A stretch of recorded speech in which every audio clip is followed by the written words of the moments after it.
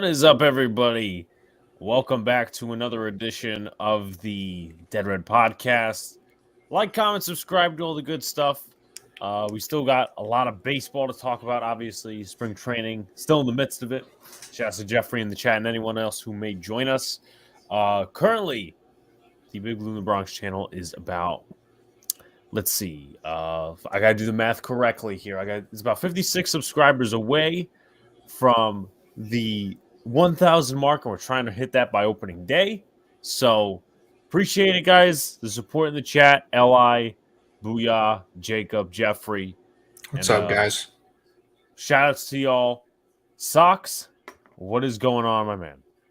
What's up, man? I mean, what a performance from these Sox here early in spring training. Still haven't lost a game. You know, the guys taking off for the World Baseball Classic really shows us the deep parts of these rosters here early on. But nice to see the boys swinging the bat early. Basketball season rolling along, getting towards playoffs. Just a good time to be alive. Can't believe opening day is so close away. 3 weeks from today. 3 weeks from today. So, I'll see if I'll watch it or not, depending on if the Yankees piss me off or not. But before I get to some fan art, I do want to get to Jacob's comment here. So for many that don't know, yesterday I was at the Big East tournament, which is college basketball. The first game that I went with a friend of mine and my brother. First game I went to, actually, it was like very cheap seats in MSG, and you got to see like 3 games. 3 o'clock, like I think there was one at 3, there was one at 5, or at least 5:30, and then the next one was 8 o'clock. So it was actually very well worth it, even though I got like 3 lemonades and like 3 different snacks while I was there wasting my money. But anyway, first game was St. John's and Butler, which is in Indiana. St. John's is over in Queens. That game was a little bit close, but then at the end, St. John's pulled away. The second game was actually pretty fucking good, and I don't know if, you know, Jacob, and I know, is a Big East fan. He, I think, roots for either Connecticut or Providence. I think he roots for Connecticut. Jeffrey roots for Providence, I believe, as well. So I don't know if you guys were watching the Seton Hall game yesterday, but that game ended really, really, like, it was so interesting how it ended. So climactic, because Sox, what happened was, I think it was like Seton Hall was down by, first of all, they like totally fucked up the what was it, like, I think Seton Hall was up by like 3 or 4, and then there was a bunch of sloppy possessions, and this is within the last minute of the game, and then they shoot a 2-point shot. DePaul does, who were facing Seton Hall. They shoot a 2-point shot. It's in. Then Seton Hall has one timeout. They don't use it, so they just go down the court. And, you know, the one guy puts up a layup. It's initially blocked. So it looks as of right now at that moment that, DePaul is going to win. The referees come out and say, we will count this as a goaltend. So the whole fucking, the whole arena just goes nuts because, you know, it's close to Jersey. Seton Hall is in Jersey, and obviously MSG is, you know, close to Jersey and whatnot. And, you know, the whole stadium goes nuts. And with that being said, like a minute later, referees come back on the mic. After the review, it is ruled as a block shot. So all the people in my section were just like fucking nuts about it. It was fun and all. I mean, I root for Notre Dame, and they're in a totally different conference. But the next game, there were 2 players. Obviously, I recognize one was a coach and one actually came to the game. Villanova versus Georgetown. And Georgetown got the piss beaten out of them. Georgetown's coach, Patrick Ewing. So, and he's gone. Yes, he just got fired today, as you just said. But I guess I could say, hey, listen, I witnessed Patrick Ewing's final game as the Georgetown coach, and then there was one guest who was there again, who remains a free agent, and that's Carmelo Anthony. He was there for the Villanova game, so it was pretty fun.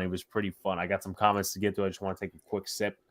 I will say I watched I've been big on the Big Sky tournament, not as big of a conference, but the school that I went to, NAU, had a chance to punch their ticket to March Madness last night. Unfortunately, lost to Montana State They were outsized. Montana State's going there for I think the second time ever. They're going to the dance. So Big Sky tournament's always good because those are small schools, playing really hard ball to punch their ticket for a lifetime experience. So it was a good run from NAU. They went 10-22 in the regular season and almost went to the big dance. Wow. All right. A little college basketball talk early in the show, which I don't mind getting into. Well, the little that I do know. Blue City says, "Did you guys see the Chris Rock special on Netflix?" I did not. I know what it entails.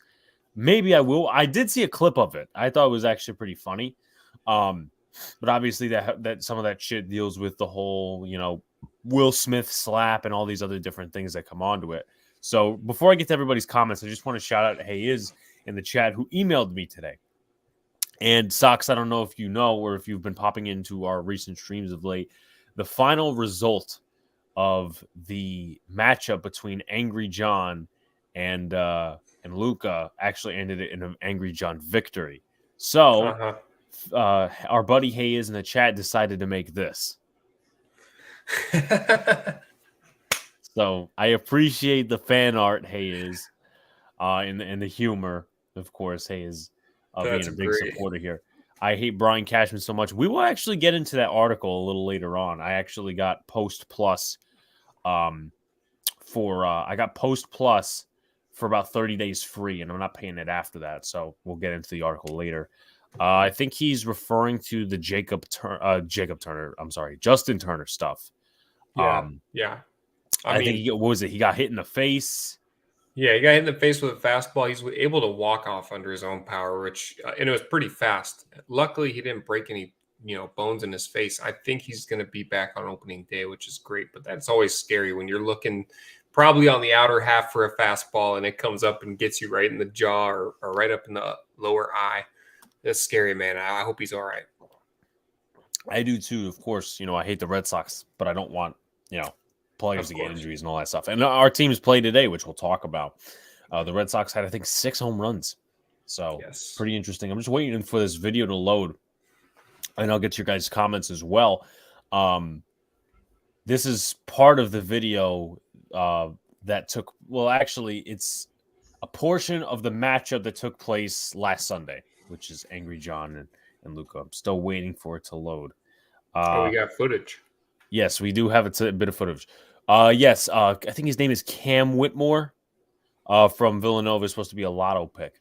I'm just he's a freshman though, so I don't know why he would come out so early. But hey, listen, he look really probably Villanova's best player.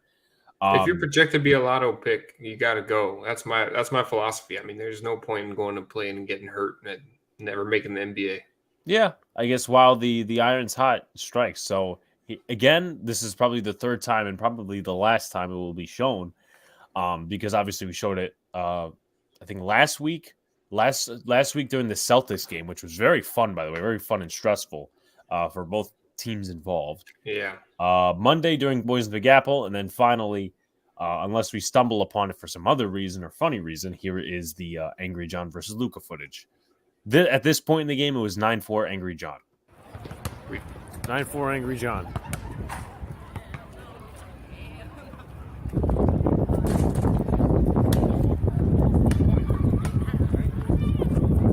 That was a point?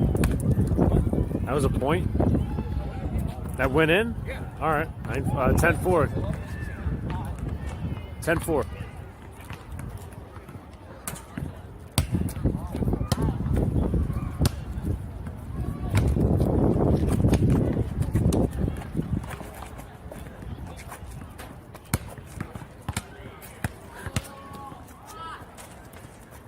That's game. Little left-handed layup, I see. All right. Yeah. What was I going to say? John's pretty fucking good, I must say. Yeah. Yes, he was. Funny you mentioned that actually John posted on his Instagram story. No lies there. Great. No lies there. Any update on Henry Ruggs? I don't think so. We haven't heard shit for months, to my knowledge. I'm glad the Columbus Blue Jackets have a better gym than the Yankees, and I just joined the Jackets fan base February last year. I don't know about the Columbus Blue Jackets. I mean, obviously, I've been trying to get into hockey a little bit more, so I'll ask our buddy Angry John about the Columbus Blue Jackets. But by knowledge, I think you're trying to say that they're terrible. I don't know. I mean, I'm I think they trying. made a playoff run a couple years ago. Luca has some big feet. I mean, about size 10, maybe 11, I guess. Alex, the reason why they did that is so they could review it per the rules. You can't review if they called a block shot. Actually, I see. it's a good point. It's a good point. He also was out for a good chunk of the year. Well, thank you for the knowledge on that. Definitely need to know that as my Twitter DMs are blowing up at the moment. Right. I'm just texting. By the way, everybody, just wanted to get some channel updates before because I'm actually talking to the entertainer right now. Tomorrow, Friday Night Knicks, and then Saturday we got the Giants off-season live stream. So that's the entertainer. Nate talks football, Diggy, a lot of fun stuff there. And well, first of all, Sox, how do you feel that Daniel Jones and Saquon Barkley are back? I love it. I think, for at least the short term, I'm happy with it. I hope that the Daniel thing works out. I'm a little bit worried about Saquon and his long-term health, but I think go for it for 1 more, 2 more years, and we'll see what we can go. We'll see what we can do. What do you think about the $40 million number? And also, have you looked at the contract structure? Has anyone looked at the contract structure? I know I said I was going to post it in community notes, but it wouldn't let me. Yeah, I saw the picture that you posted on Twitter, which broke it down pretty well. Sorry, what was the last thing you said? I think he kind of cut out. Sorry about that. He's making the most money in the later years, right? In year 3 and 4. Yes, but you could also get out of it after year 2. Okay. Yeah. I mean, I think they're trying to, go on a run here, years 1 and 2, at least when you got Saquon for sure. The franchise tag's only 1 year for Saquon, if I'm not mistaken, right? Yeah. Yeah. So I mean, also try to go on a run.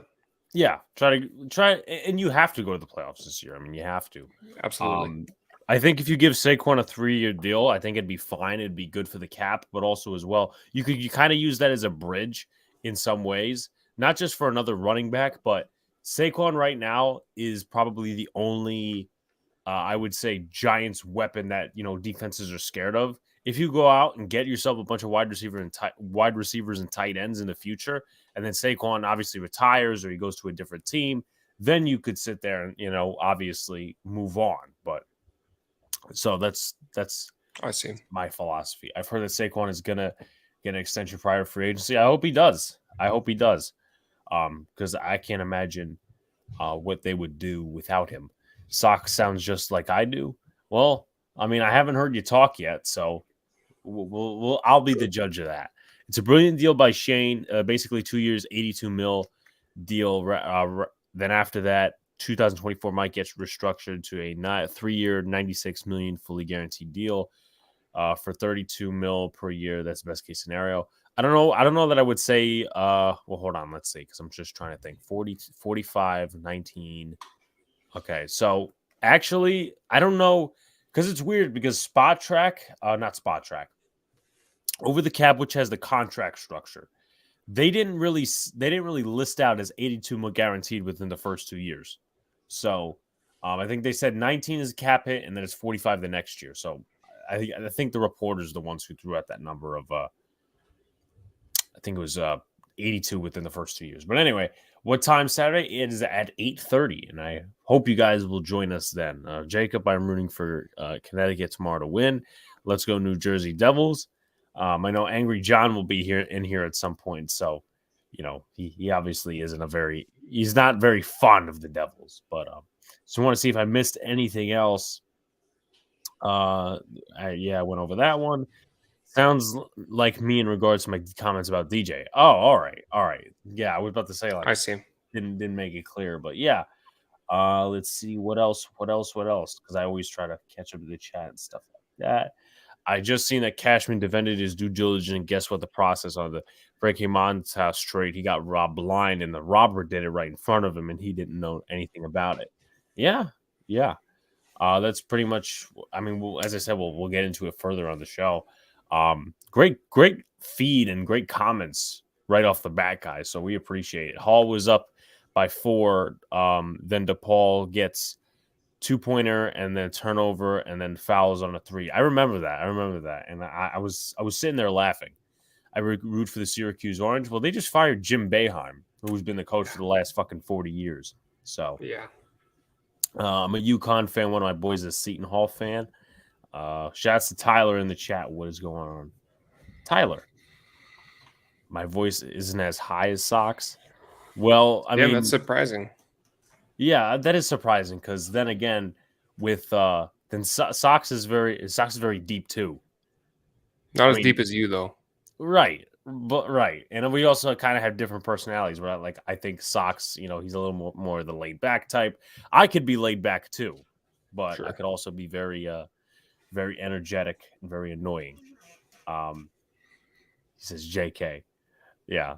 Uh Alex or Sox, any of the World Baseball Classic uh team yet. Japan looks good. I know that Cuba played the Netherlands at like 2 in the fucking morning. I didn't get to catch a lot of that game. Maybe we'll take a look into that. I'm gonna what? There's games on tonight. I think after the show.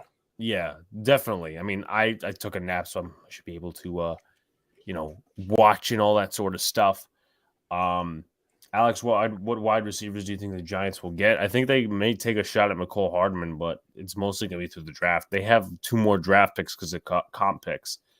What did you think of the Red Sox and Yankees game today? Didn't get to watch it, but I saw some notes from the box score. I took some notes as well. I mean, the Red Sox have a lot of power bats in their system.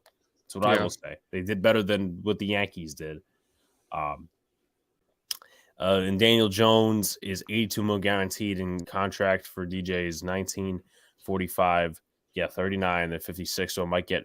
Well, no, I don't think it needs to get. I think you mean restructured. I don't think it needs to get restructured because, you can get out of it after 2023. Actually, no, 2024. Excuse me, because you could save yourself 21 mil, and that's bigger than the dead cap hit in 25 and then 26. You could save yourself like 47 million. So you could get it, despite the numbers going up. Trust me, the structure is better than a lot of people think. Cuba Panama is on tonight after the Nova Cretan game. Oh yeah, Villanova and Cretan. Right. Shouts to Grega in the chat. And old friend Didi Gregorius was playing first base as he did with the Yankees. I'm joking. In all seriousness, he looked better than Voit out there. Well, I mean, Voigt's no longer on the Yankees, and I didn't know Didi was playing first base. I mean, I think he's still a free agent, but he plays for the Netherlands. I remember the last time the World Baseball Classic happened. He was playing as well. So let's get a little bit into that, and then I'll get into the Yankees injuries because it seems like everything's fucking hitting the shitter today. Where is Voigt? Didn't he get signed? I think he's in the National League. I want to say, I can't say Padres because that's not where he is. Brewers, Milwaukee Brewers. So that's your answer. Dominguez hit another home run that we'll talk about. Sox, a lot of Red Sox hitters showed up today, particularly minor leaguers from what I noticed. What are some takeaways you had from today? Yeah, I mean, the home runs were interesting because, like I said, you got players going away for the World Baseball Classic. You need these guys to step up, and one of them was, Daniel Palka, who had a lot of potential. He had one good year with the White Sox. He drove a ball down the right field line pretty well. But the 2 home runs from Crook, and that guy's making a name for himself, Narcisco Crook. We got Tyler Dearden with a home run, and these were spread out all along the day. I mean, all day long they were hitting home runs. Philip Sykes with one, although he did struck out a couple times. And Edinson Paulino drove a ball. I think that was the deepest one of the day. So 6 total home runs from these guys with Pivetta on the mound. Just nice to see both sides grooving a little bit. Sox still haven't lost a game in spring training. So then the runs have been unreal. They've been lighting up the scoreboard. It's nice to see. Definitely is. I'm going to look up the Red Sox top prospects real quick so I know what to reference and all that sort of stuff. Let's see. So Definitely nothing. Edinson Polino, he's number 9 on the list of prospects, so that hits there. In terms of the other guys we mentioned, I know Zach. I think it's Zach Kelly. He pitched today. For Yeah, the he Sox, I got think the he ended up win. getting the win. Yeah. Also, shout outs to Angry John in the chat. He's made his presence known. Fuck Canada. I guess the Rangers won. Let's go Rangers. Can't wait that baseball is officially 3 weeks away. And yes, John will Yes, be sir. officially joining us in 2 weeks for our prediction show, power rankings, standings predictions, different awards predictions. It's going to be fun. It's going to be just a lot of fun.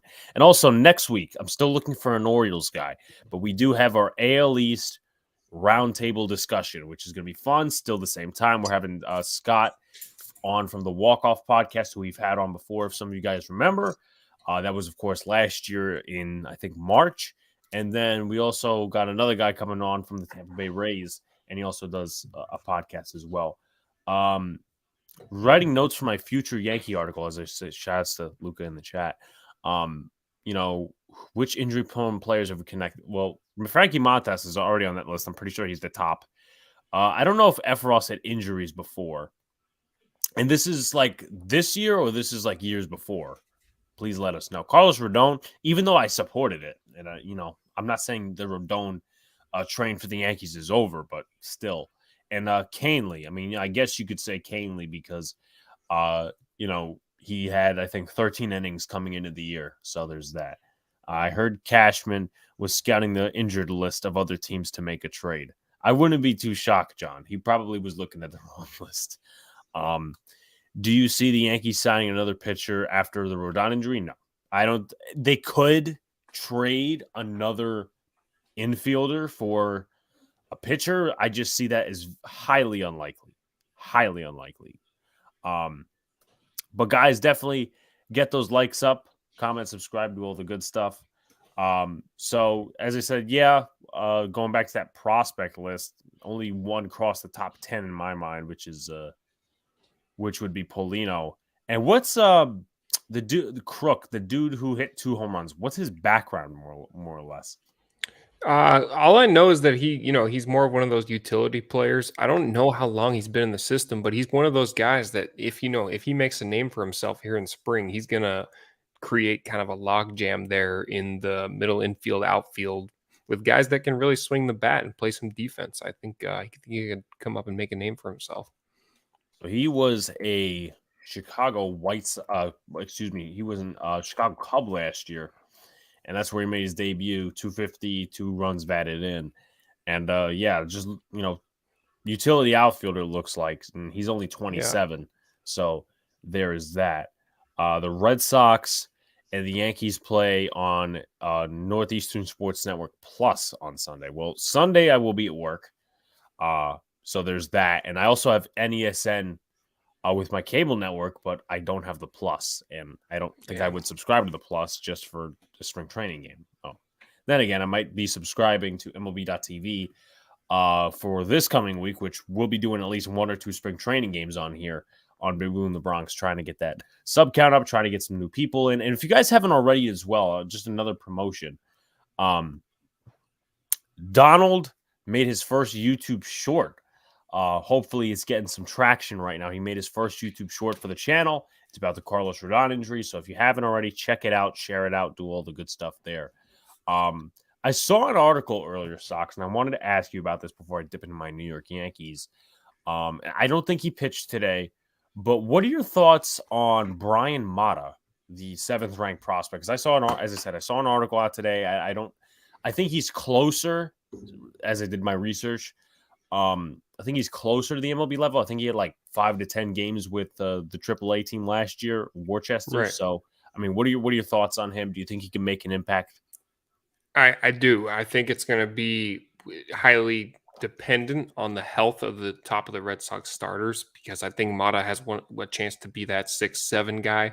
10, 15 games at AAA last year, like you said. I think he will see his first Red Sox game this year. I don't think it's going to be effective. I think for Mata, we can shoot for next year as maybe a potential start date, maybe full time in the rotation. But I like what I've seen from him in a couple games this year. I haven't been able to see him live, but plays well in spring training, that's for sure.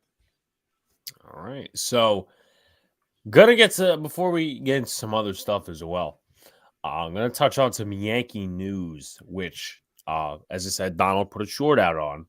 Carlos Rodon for the New York Yankees is out. He's going to be out on opening day. He's going to be out on his projected start day, which would be the NYY News TV event day. If you guys haven't already purchase your tickets, I'll put it definitely in the comments section. But he is out with a forearm strain, and what happens with forearm strains, and I'm not trying to put bad mojo on Carlos Rodon. I want him to succeed like I do want, any Yankee player to succeed. But a lot of forearm strains in that particular area, they lead to Tommy John surgery. And I must say, this wouldn't be the first rodeo that Carlos Rodon would have with Tommy John surgery. So I'm not going to sit here and bash the move just yet because I think it could work out. But I think the Yankees training staff does actually suck because it seems like a lot of pitchers have already went down. Rodon's one. Tommy Kahnle pitched 13 innings flawless last year for the Los Angeles Dodgers. He's now on the injured list with biceps tendonitis. He will be out till April at some point. Lou Trevino today, elbow ligament sprain. He's going to be out till some point in April, at least as they see it. And then Harrison Bader has an oblique injury, which is probably next to a hamstring, is known to be a stinger. And that would secure Aaron Hicks' spot as a outfielder, which obviously us Yankee fans don't really want. But Bader provides really good defense, and I'm just getting a little stressed out, but not surprised. Shouts to Mitchell in the chat. What is going on, man? Yankees are in trouble. You are right about that. Yankees are getting in trouble right now with all these different injuries happening. I believe ESN Plus is free. If that is the case, I mean, I'll probably just buy the MLB.TV package again under a different email and a different number for a week and then cancel it because that's what I do with a lot of things. Just like, with the article we're about to read probably in a few minutes is I put my gift card that has no balance on the MLB, not the MLB.TV, the Post Plus, and I did a 30-day free trial. So that's pretty much the cheap way of getting out of it. Shout out to man Jeff Nelson. What's up, guys? How's your night going? It's always the same. How can all these players get hurt so early? That's a good question. That is a good question. I mean, I would say workout routine, then their body's still trying to get in, whether their, teams are overplaying them. But, we'll You'd rather see what have it happens. earlier than later, though. Better earlier than later, right? Better earlier than later. It's just that, which players are hurt, how long are they going to be hurt, and all these different things that go into it. Real quickly, before I do get to some comments, though, how is the progress going on Chris Sale and James Paxton? Yeah, I mean, that's one of the big storylines as we were going to get into was Paxton's confidence coming in.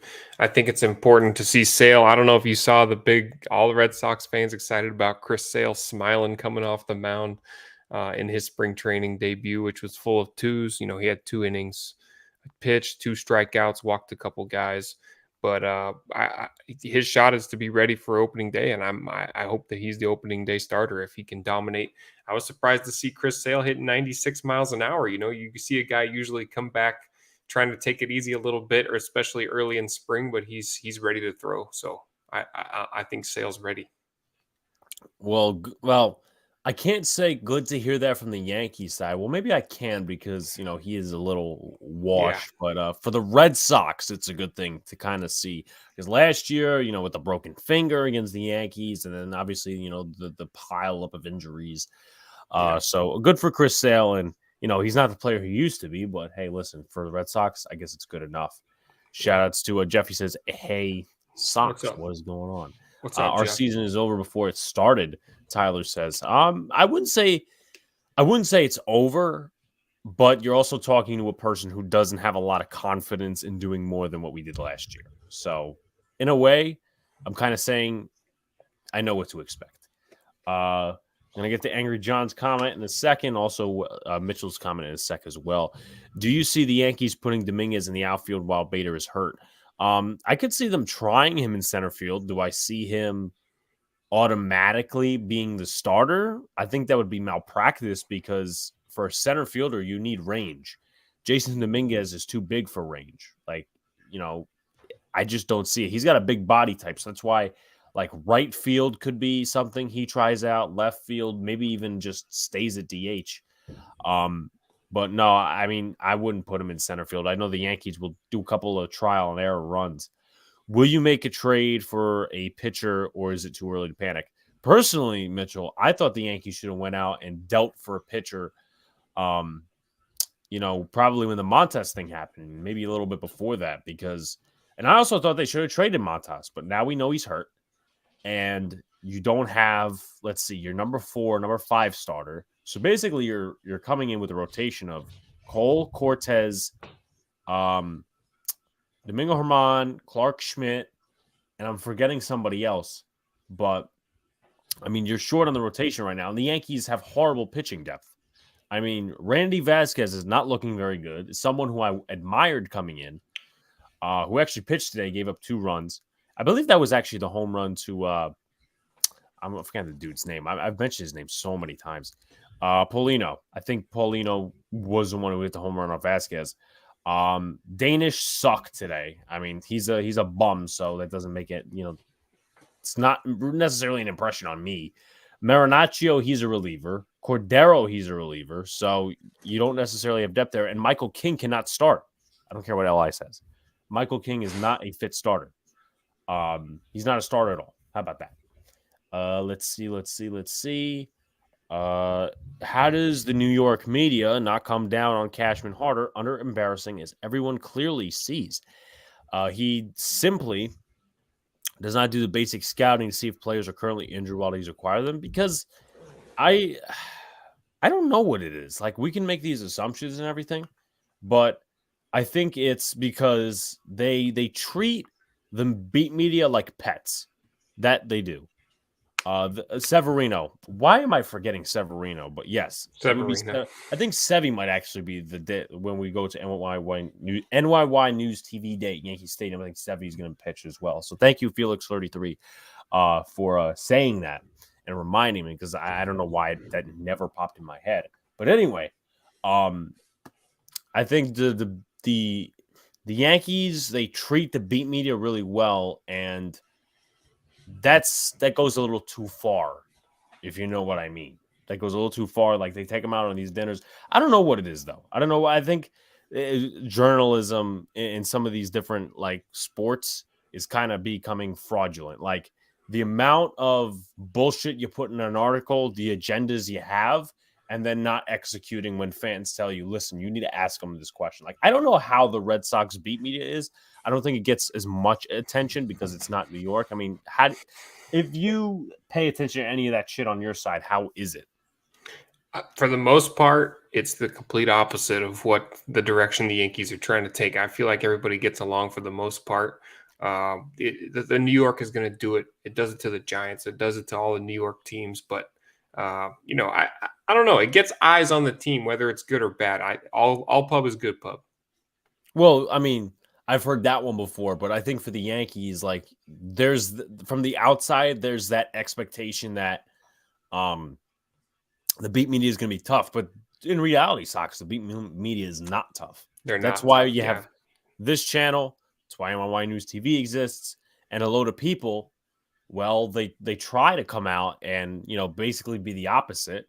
But then again, listen, I respect content creators. At the same time, they try to make buddy-buddy with these reporters just for the clicks. That's the part where I cannot respect, because you're kind of betraying what you just, came on and set out to do. It's kind of like beating, I'm not going to say it because I feel like it would turn it into a thing that nobody would want. Hicks won good at bat at last. Yeah, I mean, the home run was pretty good. I think it was last Saturday. So Dominguez is better fit in left field. He's bigger fit for the corner outfield. As I said, if you don't have a lot of range and you're an outfielder, you're probably left, right. Like Judge, he does not have a ton of range. He had enough to cover center field at Yankee Stadium, but I mean, they were not playing him out there 162 games, or at least 81, because obviously, half split at home. The pitcher who took the loss for the Yankees today is a former Red Sox pitcher, Tyler Danish. Yeah. Was he a bum for you guys like he is for us right now? He was part of that really, really bad Red Sox, pitching the back end of that bullpen. Actually, he's a middle reliever for us, but he was bad. Cole, Sevy, Cortez, Herman, and Schmidt. I would put Schmidt in front of Herman, but I guess you want that back end. Sevy has to stay healthy too. That's that's all part of it. He has to stay healthy, and you don't have depth behind that. Johnny Brito's been okay, nothing special in my eyes. So you got Johnny Brito, and nothing much else. So once again, go out and trade for a pitcher. The lack of outfield and pitching depth is scary. I think they got at least decent outfield depth. I think they have multiple options. I mean, Flo has been shit. He's going to get DFA'd in my opinion. One of the most disappointing. Well, I guess I can't say he's disappointing, but there are times he just looks lost at the plate. But the pitching depth is completely scary. If you talk about bullpen, completely different story. Pitching starters, no, the Yankees don't have that. My condolences to the Yankees and Red Sox. Hope you guys that went down with injuries get back in the lineup soon. I think he's probably referring to Justin Turner. Flo is a bum. He's a product of the Yankees development system. As much as it pains me to say, he's a product of the Yankees development system. But I'm gonna go into some of the storylines coming out of this game and who improved, who did whatever. Guys, keep your questions, comments, and all that sort of stuff coming. As far as the Yankees go, Clark Schmidt struggled a tad, but I guess, I don't want to say God gave him a gift today, but it kind of was, since Carlos Rodon will start on the IL for the New York Yankees. And he's basically got one of those starters roles. So whether it's the 4 or the 5 role, he's going to get his shot, and hopefully the Yankees don't fuck it up in any way. By the way, Tyler Danish's ERA, can anyone guess what it is without looking? 13. Okay. I'm making the chat do it too. Without looking at the box score, guess Tyler Danish's ERA. I'm going to give that about a minute.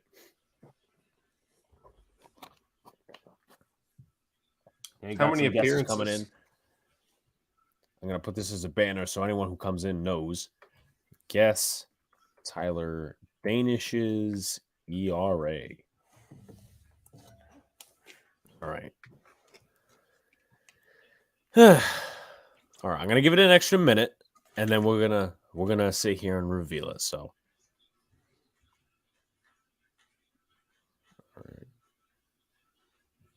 I don't know who it was. I was looking through box scores. I saw somebody had a 29 ERA. I just got word that my cousins are coming to the event on NYY News TV Day. So anyone who's coming, you'll be a little bit. All right, I don't know who's coming in the chat. If you're coming to NYY News TV Day, because I might as well advertise this. If you are, there's going to be another set of twins there. So nice. Yeah, my cousins are coming. So they happen to be 2 months younger than myself and my brother. So we've known each other since birth and all that. Let's see, 14. Okay, closest guess wins. All right. Spring training always makes for crazy ERA numbers. You guys, and I'm not making fun of anybody, because if I guessed this without looking at it, you would have been like, and maybe like someone else had it, I would have been way off. Let me go ahead and say, I'll give you guys another shot. It is over 50. His ERA is over 50 and under 100.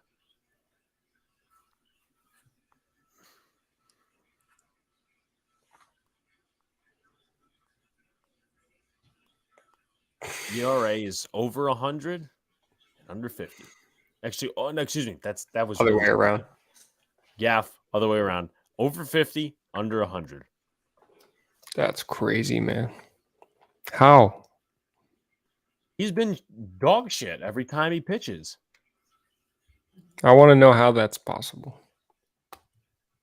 Well, actually, hopefully this is just for the game, or at least, or is this real life? Oh no, it is real life. Because like sometimes like the box score could fuck you up. Okay. Right. Yeah. All right.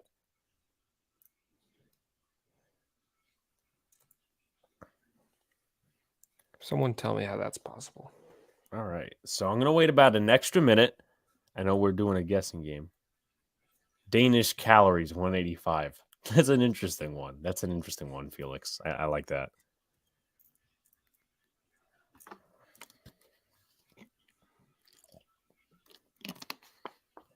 How many appearances? Let's take a look at that. Tyler Danish. I literally just moved off his page. Tyler Danish. 3. All right. Are we ready for this? Oh my God. The best guess goes to co-host Angry John. His actual ERA? A 94.5. That sounds like a radio station. 94.5 FM. 94. Oh. So 94.5, the Danish. Yes. I think we got it. So if there's like a town called Danish in the United States, like small town, let's look that up. Why not? Danish town. What a bum that guy is. I'm glad he's on the Yankees now. Well, I'm glad he's not going to make the team. Yeah. Well, no. There's definitely a town in Ohio called Danish. There's a town in Ohio called Danish? That's just my guess. Okay, all right. Yeah, yikes. Everybody's like, wow, how are we so off with that? No, not actually a Danish town, like town by the name of Danish. Okay. Do I actually have to Wikipedia this? I probably do. My gosh. I guess there's no town called Danish. So nobody's going to get it. If anyone discovers a new country or maybe a new town, call it Danish and have a radio station, 94.5 Danish. FM, not AM radio, because AM radio it's longer connection, but the sound sounds like shit. Maybe Danish needs to find his position. I hear left field is open for you guys. If he can't pitch over the plate, how can he throw somebody out at the plate? Yeah, true. You just got to throw a strike practically from 3 times the distance. Well, he throws too many strikes. I think that's the problem. Right. Throws way too many strikes. Let's see. Let's get into a little bit more spring training. But guys, comments, you can filter in the chat. So talking about Clark Schmidt a little. I liked how Jimmy, at least based off stats wise, he didn't get to watch the game because I was in college doing some work with our great team that we have for our SFC Terry TV. Ron Marinaccio, who I like a lot, and I mean I like him a lot, as a middle reliever for the Yankees. His debut, if you remember, Sox, was actually against the Red Sox last year. So that was the second game. Struggled a little bit, but actually got out of a jam. I remember when that game was on Fox. It was on the Saturday because obviously Friday was the game because Thursday was a rainout. But anyway, so Marinaccio, I thought he did well based off the stats. And Jimmy Cordero, who's trying to work his way back into the league a little bit. Obviously, he's been with the Nationals. He's been with a lot of other teams. Career 3-5, 4.55 ERAs. So, as far as his minor league career goes within the last year and a half, he could be something for the Yankees in the bullpen. 2022 with the Rail Riders, 1-1, 2.09 ERA, 50 strikeouts in 31 2/3 innings, and 181 opposing batting average. So he could be something in the bullpen for us. Hey, Curse and the star of the show, SoxArizona. Brad, what is going on? What's going on, Brad? Oh man, when me and Brad meet someday, it's gonna be an interesting ordeal. Get some boxing gloves. Yeah, boxing gloves, or it needs to be like videoed. Like for instance, I know Brad probably gets this reference, maybe a few others as well. When Li and DJ Steels meet, um, two guys from the NYY News TV chat that hate each other. So there's that. I talked about Tyler Danish being an absolute fucking bum. Randy Vasquez, he continues to struggle a little bit, which is, he's missed a lot of time within the last few years due to injury, but he just hasn't been good. 12 ERA, gave up that home run to the 9th overall prospect for the Red Sox. Yeah, just not very good. I can't see the opposing batting average. I mean, he did decent in Somerset, you minus the record in the ERA, but just not value. And I think he could be moved potentially for a starting pitcher and infielder, maybe even closer to the deadline. So just some thoughts on that, of course. I would like to see the Yankees sign Jurickson Profar. So an update on Jurickson Profar is he wanted $15 million from interested teams. That's why he's not signed. Would you give Jurickson Profar $15 million? I would not. No. Who did he play for last? San Diego? Yeah, I believe it was. So, and I also shout out to our good friend Jim Russell, who heads a Padres podcast. I actually got some information from him because when the Yankees were interested, I'm like, are they going to sign this guy? So he's from Curacao, kind of like Didi Gregorius.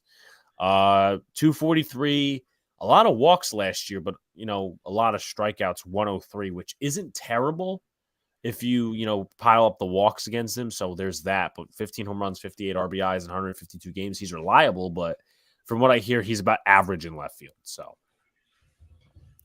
no, I will. No, of course. I know you don't hate me. I like throwing shit my way. Yeah, I mean that's how it's been for the better half of a year and a half. Yeah. Actually, no.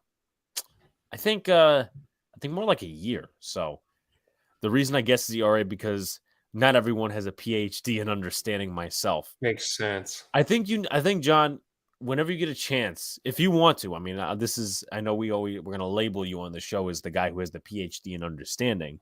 But if you want to put in parentheses, Angry John D'Amico, PhD in understanding. Yes. Like kind of has, or just PhD understanding. PhD understanding 2023. So yeah. And that was coined, of course, by a loyal member of the loyal fan of the show, as well as a good friend of mine, Matt Riley, PhD in understanding, because it always starts out with something, something, something. You sound like you got hit in the head. Let me make you understand, something along those lines. So that's the typical Angry John banter. But I don't know if I think I talked to Pete about this. Brad's been getting on Donald as well, so it's not just me he likes to pick on. So I guess we gotta pick on Donald a little bit. But once again, guys, if you haven't already, just go check out the YouTube short that he put out. I put out, but he recorded. And then Andre Chaparro and Jason Dominguez, 2 power bats. Chaparro's not even in the top 30 of the Yankees prospects, which is a little bit sad. He's not going to be an elite first baseman in terms of defense, probably more of a DH. And, he's a bigger dude, but he does care about hitting for average, which a lot of people like Joey Gallo and all these different guys, they care about the home runs, whatever. Chaparro hit like 20 home runs, 296 batting average last year for Somerset, I believe it was. So he's on his way to, at least be solid. I don't think he may not even be a major leaguer, but if he gets his shot, I think he could do good. And he's got the effort, he's got the toughness, he's got the I would say the motive to be at least solid in the big leagues. And hopefully that K percentage goes down. As for Jason Dominguez, talked about him in left field. Today he played. Let's see, Jason Dominguez. He played center, but as I said, I would like him better in left field and right field too. Thank you, Jeffrey, for the compliment. As we try to be nice. We try to be fun as well on here too. With that being said, I guess we could start going into not that we're going to go into super projections because next week we have the AL East roundtable, which is going to be very fun, and then we got prediction show, which is the week after, which is about a week before opening day. But Sox projected winners for position battles on the Red Sox. Yeah, I mean, I think it's clear that Christian Arroyo is going to stay in that second base role. There's a lot of questions about him, being able to hit the ball the way he has consistently for a full regular season. We're gonna see. I got faith in him. I like the way he played last year. He had a couple clutch hits as well. I think starting shortstop is gonna gotta be Kike Hernandez for now. You got Mondesi with the ACL.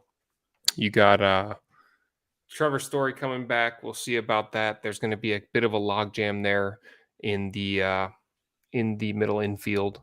Rafi Devers locking down third base. Casas at first base. We'll see if Connor Wong gets back in time from this hamstring injury. I think that he'll be ready to go for opening day as the starting catcher. If not, it'll be Reese McGuire.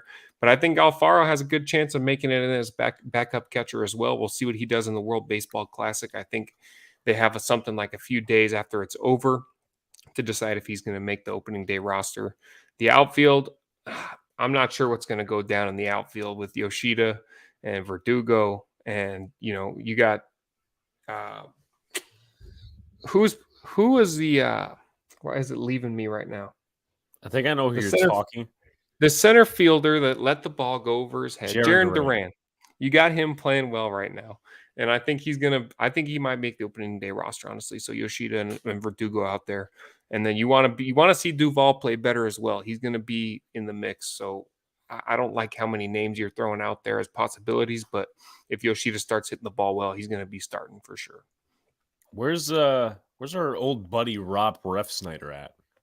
I think Refsnyder's got a chance to be playing in right field as well. I don't know if he's got many at bats here in spring, but he's in the mix as well. Like I said, it's kind of a log jam out there in the outfield. So whoever's going to step up here in the mid to late spring training, I think is going to get the starting job.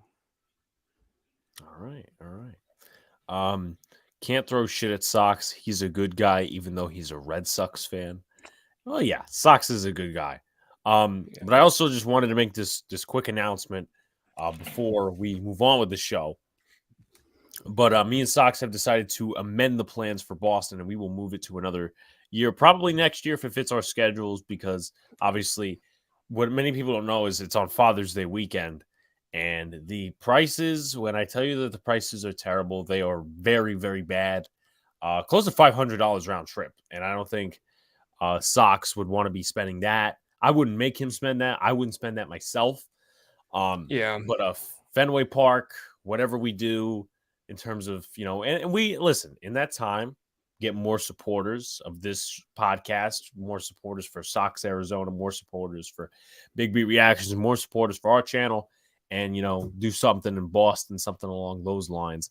So, and don't forget, we need Big Blue to see Petco Park as well. So let's keep that on the list. At some point, I will need to come over to the West Coast, and I wouldn't go to San Francisco. A, because of what I heard. B, because I think Oracle Park is overrated. But I would go to San Diego. I think Petco Park. I think I ranked it in my top 5 of stadiums. Yeah.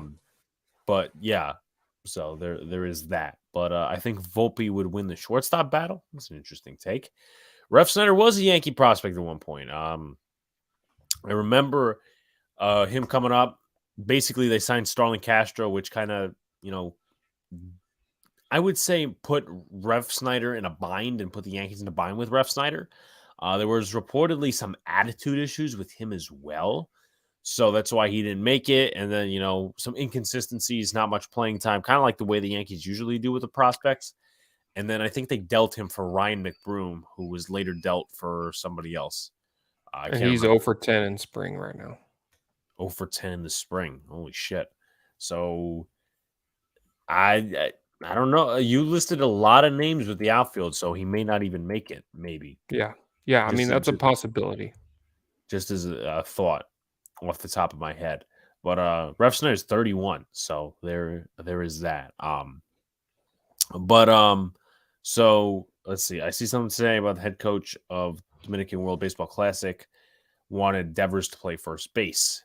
I didn't hear about that. I didn't hear about that either. Yeah, I was about to say. So I don't who I want to see who coaches the Dominican Republic team. Let's take Speaking a of the look. World Baseball Classic, I got to turn that game on real quick. Yes, sir. Let's see. Team manager. Let's start with that. Rodney Linares, the bench coach for the Tampa Bay Rays. So interesting. Are you doing a live stream of the Yankees and Sox Sunday? I can send you the free site. I am going to be at work on Sunday. Sundays at work. If it was any other day of the week, I probably would say yes, knowing that next week is going to be spring break for myself. And other than Thursday, I'm pretty sure we'll be doing some games next week, Yankees-wise. And I appreciate I'll probably need the links a week after next because with that being said, as I like to say a lot, spring, I'll get the MLB TV package again just for 7 days, and then I'll probably go to the links you sent me. But I appreciate you reaching out to me, Booyah, with the links and all that sort of stuff. So you listed in terms of Christian Arroyo at second base. What's going on with the starting rotation and the configuration of that? Yeah, luckily people are healthy right now, and we saw Pivetta pitch well today. I think he'd walked Judge and a couple other guys. I think he had a few walks today, but Pivetta's looking nice to be in that second spot in the rotation. We're going to use Whitlock heavily this year. Kluber, the veteran, I think it's going to be a good glue guy. And then you want Brian Bayo or Cutter Crawford, maybe Paxton to be that 5 guy. I think if Paxton's healthy and dominant here in spring, then we can slide him into that 4-5 role. But like I said, you got Mata and Crawford, a couple of young guys that you can put in there as well if there's an injury. So I hopefully everybody's healthy and we can keep that rotation that way. All right. I thought we'd go over an article real quick, and this has not really anything to do with the Yankees. A couple of questions, just outside questions about the MLB before I go into some of the Yankees. I would say predictions for roster battles, and then I think likely I would say March 23rd will come out with in addition to the standings predictions and the MVP predictions, all that sort of stuff, we'll come out with some roster predictions as well, which are always fun. Always fun. I just sent you the link on Twitter. It's free, and you can watch MLB Basically All Sports. Yeah, pretty sure it's Crack Streams, which I have heard of, but I appreciate you trying to help me out. Booyah. I will definitely use that link at some point. But I just wanted to find something to go over, of course, with MLB. And without having, of course, any bias until we get to the AL division, of course, I think we start out in the National League. And this is a Bleacher Report question, or I should say it's a Bleacher Report article. And question is, let's start out with the NL West. Let's start with the NL West. What will they get? What will the Padres, and I know you get a lot of Padres baseball out there because obviously you live in that area. What do you think they'll get from Fernando Tatis Jr.? And do you think there's any, I would say, substance to the trade rumors that have been happening over the last few months? I think there is some substance to it because of the Xander Bogaerts splash, and the off-field stuff with Fernando Tatis missing a whole year or whatever it was for getting suspended. I think if he plays well and he'll be on the team to start. I don't know if there's kind of a not a spot for him anymore, but they don't know where to put him. And I think if he comes in and swings the bat well, it's going to be hard to deal a guy like that because they really wanted him to succeed. He was the face of their franchise just before he got suspended. That guy is an absolute stud. So if he goes somewhere else and plays well, it's going to really hurt for San Diego. But if he's playing well and can gel somewhere, luckily he plays multiple positions, they could have a really good lineup, with Bogaerts and Tatis and Machado. That's dangerous. Yeah, and I mean, I think for the Padres, if you could somewhat Now, let's just say he's at least decently producing, but you don't see him as the future. And that's hard to do after everything. Basically, you give him the contract, and, he was on the cover of MLB The Show a few years ago.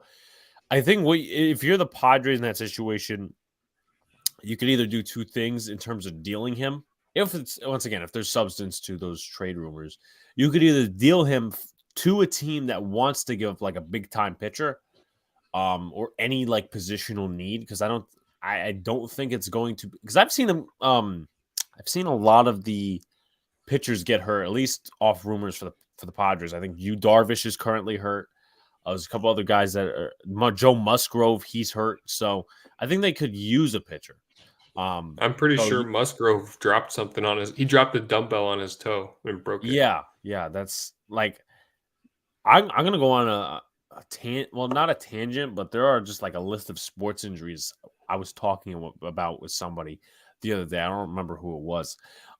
So I think you could deal him probably for a big time pitcher, or trade him for prospects. But then again, that would make sense, because this is the point of the game where the Padres cannot go full rebuild, because you extended Machado, you extended you signed Xander Bogaerts and all these different things. So, we'll see. Jeff says, why would LM even consider going back to the Pirates? What is he thinking? They have no fan base and pay crap. LM. Trying to think. LM. I'm gonna once somebody gives it out in the chat, I'm gonna be like, why didn't I think of that? Let's Lloyd McClendon. I think that's it, right? Lloyd McClendon. Talking about Lloyd McClendon, Jeff. That's the only LM I could think of, and he was their manager probably about good 20 years ago. Yeah, he was. No, I don't think that's who he's talking about. Is it? Pay crap. I would think it's Lloyd McClendon. I mean, I don't know that he's also in the position to be a manager. It's just my thing. Like, I mean, he was a manager for the Mariners. He was a manager for the Tigers at one point, the Pirates. He was also a manager in the minor leagues for the Tigers. So 74. Yeah, maybe he is talking about him then. Well, I mean, if I am getting this correct about Lloyd McClendon, he is 64. But still, I'm not really in touch with him getting a managerial job. I just don't think it's a fit. But yeah, I mean, I guess it's, to get back in the game, get back managing, do what you love. But there's also other teams that could probably use a manager in that same stature. So that was Bleacher Report's question, of course, on Fernando Tatis Jr. So now here's this one. This one's very interesting. It still deals with, obviously, of course, the NL West. For the San Francisco Giants, is their ceiling any higher than their floor? Because we saw them in 2021 have that big year. And then that drop off to where they were like third place, right, teetering under 500. I mean, they made a few decent moves. Like, they got Conforto. I want to see the offseason transactions. San Francisco Giants season moves. Let's start with that. Let's see. No. Luke Jackson, I mean, he was solid. They got JD Davis. Obviously, our buddy in the chat, John, would know about that. Tyro Estrada. I'm going to look at their roster overall. But you have any inside thoughts on that? I just, before we look into the roster and whatever, I would say that their floor is lower than their ceiling is high. Yeah, no, I would definitely agree. Mitch Haniger. That's one of the guys. I mean, he didn't particularly have a good year last year. But to me, it's for that. It's like, I think the NL West is like the AFC East in football. You got the Patriots. Well, Patriots maybe not anymore so much. The Dolphins. Shouts to MH. Yeah, I am Pepsi guy. Yeah. You know what? I ought to have a Pepsi every time I go live, just to piss MH off. Just dog shit Davis. I remember him. I can see where John gets his names and shit like that. But to me, it's always about trying to compete with the Padres and trying to compete with the Dodgers. As I said, they did a pretty good job a few years ago, 2021, but I don't think they have the talent. Like they both got the Rogers brothers, which are they are very good. Sean Manaea, who's like basically a West Coast type of pitcher. Brandon Crawford, they brought him back. JD Davis, just dog shit Davis. As Tyro Estrada is doing all right for them, but it's like they don't have any real superstars. Haniger, he's a solid outfielder. I like Yastrzemski though, who happens to be the grandson of Carl Yastrzemski, the famous Red Sox. I mean, Peterson, he's good. He's a very above average, solid outfielder that I wanted before they re-signed, but I just don't think that they're going to be competing. They will be above 500. There's no question in my mind about that. It's just I don't think they're on the Padres or the Dodgers level. I don't either. And who knows, what you get with those other bottom two teams. That it seems like the Diamondbacks and Rockies are always scraping away towards the end of the season, but we'll see. I think the Padres and Dodgers are going to dominate that division this year. Yanks can't have healthy starters. No, the injury bug always bites us in the ass. They're allergic to having healthy starters. We are allergic. Yeah, we're allergic to a lot of things. And it's never going to get checked out. I might as well get the bottle of Zyrtec from upstairs because we just so happen to be allergic to all sorts of different things. Arizona's on the house. Well, yeah, I would love Arizona's on the house, but Jeff says that's actually as bad as a high school teammate scores 6 on his ACT. It's like getting a 10 on the Wonderlic test. I don't know what the Wonderlic test is, I must say. Like ACT, yeah. I mean, that's like Wonderlic is like a quarterback. It's like a test that quarterbacks take, I think. Really? Or maybe it's all football players. I wonder what Wonderlic test. It's like an IQ test for quarterbacks or something. Yeah, so it's a cognitive ability test, problem-solving aptitude, so math, vocabulary, and reasoning, knowledge, skills tested. Interesting. I mean, ACT is really dying, at least here on the East Coast. It's mostly SAT, and then that's even coming out. Like, people want to get rid of that, so that's interesting. But real quickly before we go to the next question, I mean, as I said, I don't know if it was John I was talking to. I don't know if it was talking to somebody else. But some of the dumb sports, like, can you name any dumb sports injuries? Like, kind of we talked about the Joe Musgrove, like dropping something like the dumbbell on his toe. I remember, I think it was last year, Jose Quintana, he like got injured because he cut himself while washing the dishes. Right, I remember that. I think Chris Sale fell off his bike and hurt his wrist. Chris Sale. Oh yeah, that's an easy one. Aaron Boone tore his ACL trying to play pickup basketball, which I don't laugh at injuries, but that's just stupidly funny. And also it was like 19 years ago. This is another one.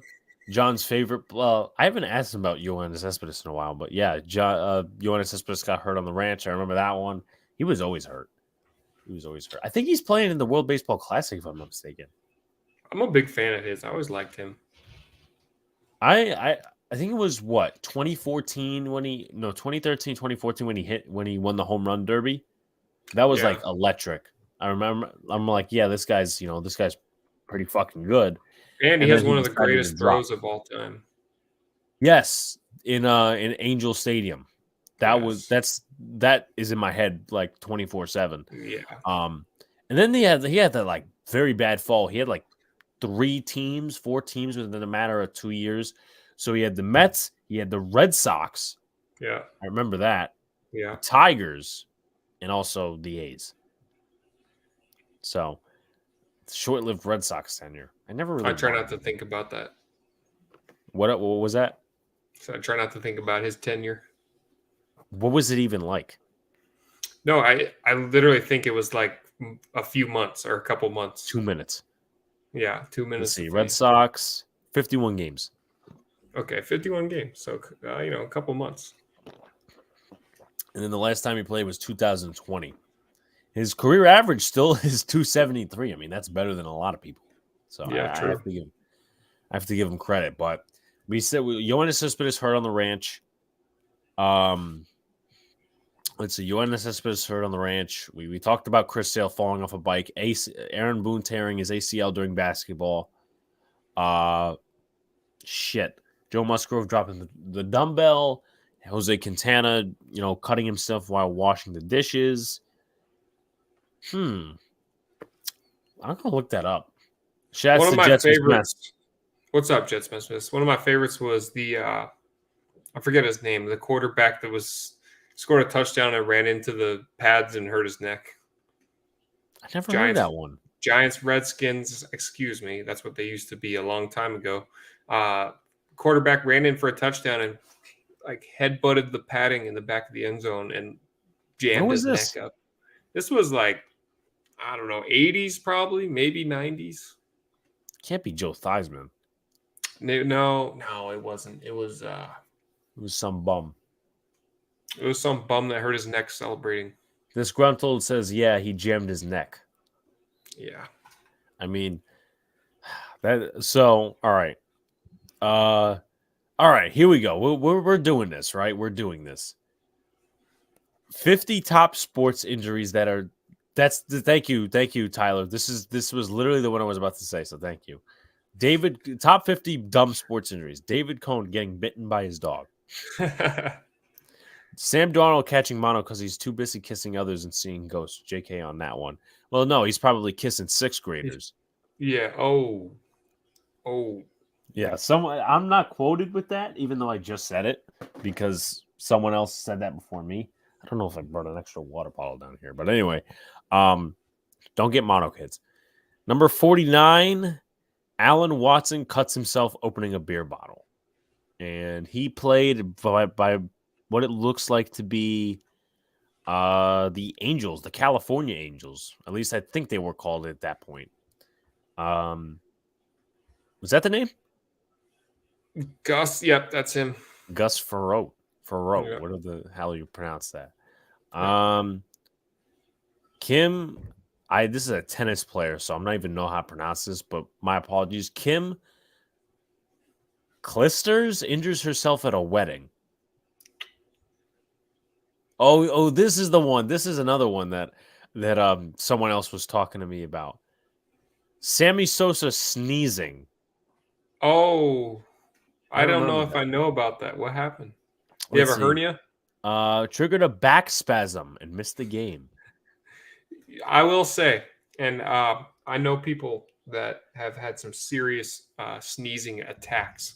And if you sneeze while you're hunched over, you can really hurt your back. You gotta sit straight up when you're sneezing. Remember that. Okay, so tips from Dr. Sox. Yeah, Dr. Sox is here. We got PhD John in the chat. We got Dr. Sox over here. So dumbest ways to get injured. Okay.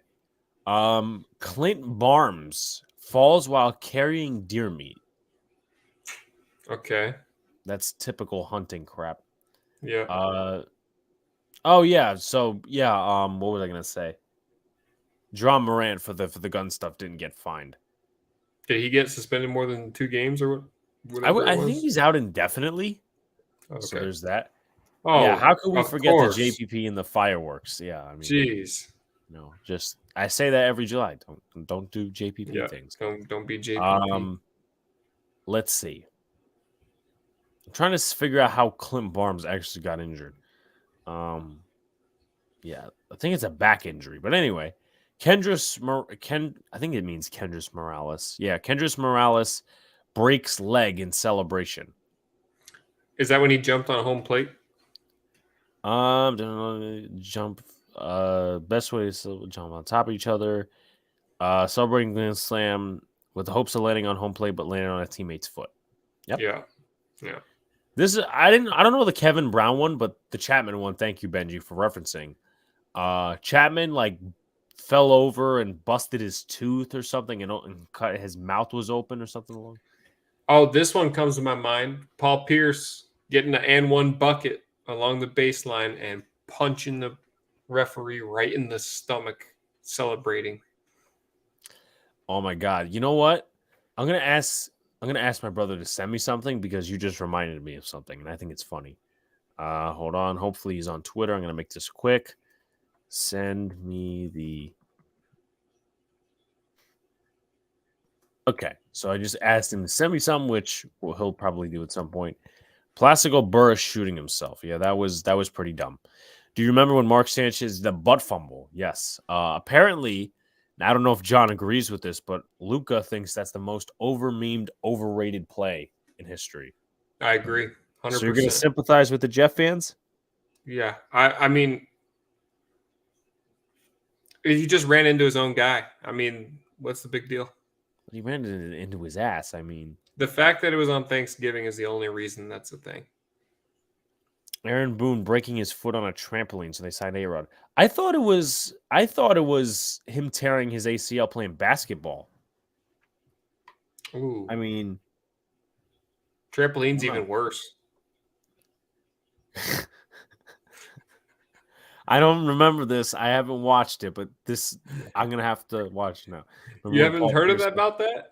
No, I never heard. What's the Oh my what's the God. premise? I'm pretty sure the truth came out, and that's no pun intended, although that's funny because Paul Pierce's nickname is the truth, for those of you that don't know. But I think he came out and said that he wasn't shitting himself. He just had a cramp, I think.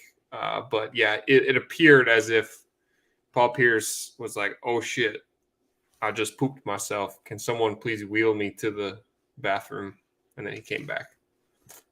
I think it might have been Joba Chamberlain on the trampoline, Benji. Kevin Brown broke his hand hitting the side of the dugout. That sounds pretty fucking stupid. A hockey one is Dustin Penner injured his back while eating pancakes. How do you injure your back eating fucking pancakes? Oh, how does that happen? Oh, these pancakes are really good. Ow! He was trying to make love to the pancakes. But either way, yep, that changed the course of history. There was definitely a brown stain in his shorts.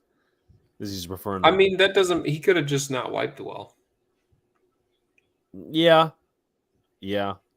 Though, if you can't wipe and you're a basketball player, I mean, it's kind of sad. Sliding into third and got hurt. I mean, that's sort of in the procedure of a baseball process, so I wouldn't say it's totally dumb.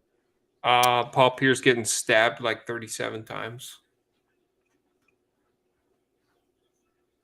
I don't know if it was 37, but I think it was like 17. Paul Pierce got stabbed multiple times outside of a nightclub and played like 2 weeks later.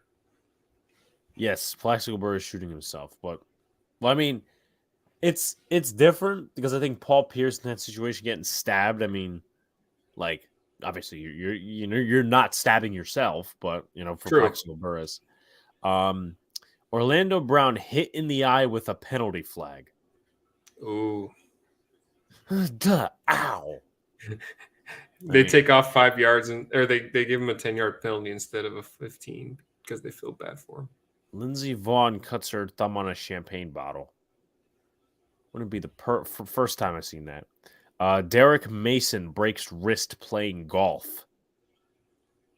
I mean, I could see that. I mean, that's still dumb because I'm not a golf guy. So, let's see what's next for the dumbest ways to get injured. Carlos Quentin punches his bat. I mean, why would you punch your bat? Broke his wrist and missed most of the regular season. I remember him. Yeah, I liked him when I was really young. Padre White Sox. Yeah. Brett Barbary puts hot sauce in his eyes. Why? Why would you do that? Why would you do that? On purpose? All right, let's read the description. Known for blah blah blah blah blah. He did make headlines, decided to make himself spicy nachos. He loaded some tortillas up with spicy peppers and hot sauce, then indulged himself. So you're telling me this man made some spicy-ass nachos and then decided to put his head in the nachos and didn't think he was going to get fucking, I don't. He likes the pain. He likes the pain. He's a sadist. I think that's what they call it, Yeah. right? Sadist. Yeah. Yep. That one we went over. Spicy nachos. Yeah.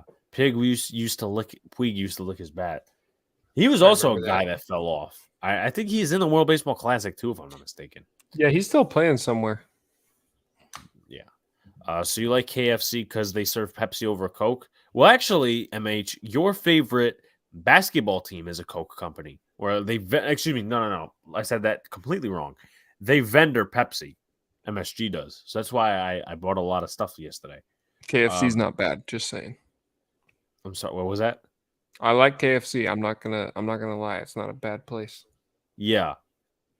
Well, I mean, I think I've had Popeyes once, and I would probably take them over, but I haven't been to Popeyes in a while. I haven't really been prompted to get it. So, there's a hockey player on Boston who used to lick or bite other players. John might know about that.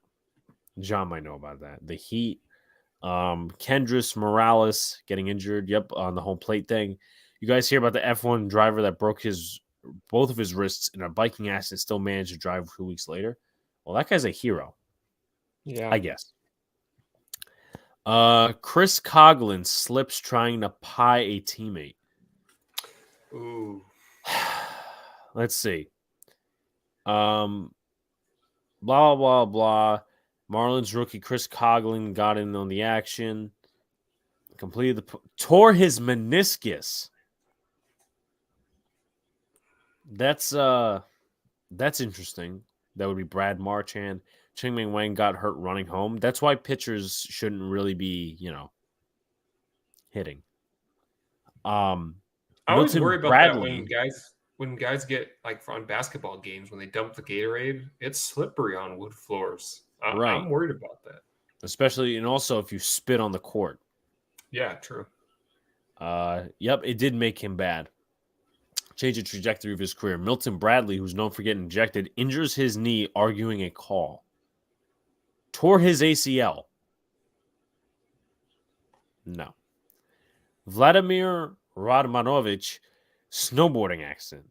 He played for the Lakers, and he got injured snowboarding. I think this was in they said he would soon be traded to Charlotte. Direct violation of his contract. Yeah, no surprise. Wade Boggs strains back putting on cowboy boots. That's a Wade Boggs thing to do right there. Let's see. I think this. Well, they have a picture of him celebrating with the Yankees, so it must be that. But missed a few games. McCall Zuzny forehand to the forehead. Whatever the hell that means. So I guess he literally did this and boom. Brandon Inge can't lift a pillow. God. I guess. JD Drew hits his head on the dugout. Yes, we did cover Mr. Sammy Sosa. George Brett gets hemorrhoids. Oh, God. Oh. Brandon Marshall slips on a McDonald's wrapper. What happened? All right, let's take a look at the description. Marshall slips on a McDonald's wrapper on the floor of his house, and while trying to brace the fall, put his arm through the TV. There was alcohol involved in that incident. I can just see it. Let's see. Blah, blah, blah. It doesn't list the injury. Lionel Letizzi has a rough game of Scrabble. Oh, God. Strained a muscle when trying to pick up one of the tiles that fell to the floor. See, I was playing Scrabble yesterday, and I was absolutely bad at it. So, just wanted to include that because we played a load of games on Discord yesterday, and I'm like, and then we played Scrabble. I'm like, I can't fucking think of words for shit. I literally had 0 points. I would just skip my turn. No, fuck this. Scrabble is not my expertise. Exactly my favorite game. Yeah. No, it's not. And then after we play Pictionary. Hunter Pence hurt himself by walking into a glass door. I not that I was injured doing that, but I almost did that like last semester. I was walking to my class. I was fucking tired. I had to get up at like 6 in the morning, and then I walked into a glass door. My dad did that once, and he cursed in a different language, and I had to fucking contain my laughter. It was Man, funny. I will never ever forget in '06, my whole family went out to Ohio to do a family reunion, and they got huge ass backyards, huge green beautiful yards in the Midwest, and I'm all excited, probably 8 years old, running as fast as I can through this house that I'm not familiar with to go outside of the back, and I mean the whole glass window. The whole glass window, and my whole entire family laughed at me, and I'll never forget it. I mean, that's an interesting one. I remember in kindergarten, I was going to we were going to recess and play outside, and I fell on my face. I fell on my face, and there was and what sucked about it, Sox, is not just the fact that I fell on my face. That picture day was like 2 days away, and I had a big red fucking dot on my nose. That reminds me, and it's always stuff always has to happen, but right before picture day, of course. My Yes. sister's birthday was sometime right before, and my mom got a pony to walk around the backyard. All the friends could ride. This is a long time ago. She was little. She fell off the pony, scratched her entire face all the way down the middle, and it was all a big scab right before picture day. Is that why? What? My nose being big? I mean, my nose isn't that big. Let's see. Talking about that one, Sox. I hope your board game selections are better than your movie tastes. Yeah, I'm not a big movie guy, if you guys couldn't tell. I'm not amused. They're too long. They're not funny. I don't know what it is. Your attention span. It's kind of wavering. No, because I like things that take a long time. I like those 16-inning baseball games. I'll sit down and watch the whole thing. So it's very selective. It is selective, yeah. But yeah, I do like board games. I really do. Not a huge Monopoly guy, but I'll play it. I like cards a lot. You like Monopoly? It's solid. As a kid, I never played Monopoly, but I would play different versions of it. Like there was Dogopoly, there was Catopoly, and then obviously a few years ago I played the regular Monopoly, so there was that. But Sorry's an interesting game. Mousetrap, that was okay. Trouble. Bingo. I mean, you can't go wrong with that when you're student of the month and you get a Sunday and you get bingo and you get pizza. So, true. I mean, that was a long time ago, of course, when I was still in elementary school. I got the NFL and MLB edition Monopoly, the collector's edition. Wow. All right. Then I feel like I'm missing a board game, but yeah, I will. I want to play cards with somebody at some point in the game because I have like 3 card packs. I'm good with blackjack, but there's a couple other. I'm not good with Uno. I'm not. I love Uno. Forget the player, but football player ruptured his Achilles going for a late night snack. I'm gonna look that up. Rupture Achilles snack football player. All right. D'Angelo Hall, tears Achilles while getting pizza. Okay. So, if the pizza was good, it's still not worth it, I must say. True. Kurt Schilling pitched with a bloody sock. I do remember that. So that's another dumb way to get injured. Next one. Santiago Canizares has a mishap with aftershave. Dropped the bottle on his foot and lacerated a tendon. Oh. Feet are dangerous, man. Feet are very sensitive. They got a lot of bones, a lot of tendons. Ken Griffey Jr. smashes the wrong ball. Oh, no. I can see where this is going. Forced to miss a game when he had a malfunction with his. Oh my god! Oh, Oh okay. no. His cup slipped and ended up pinching his balls.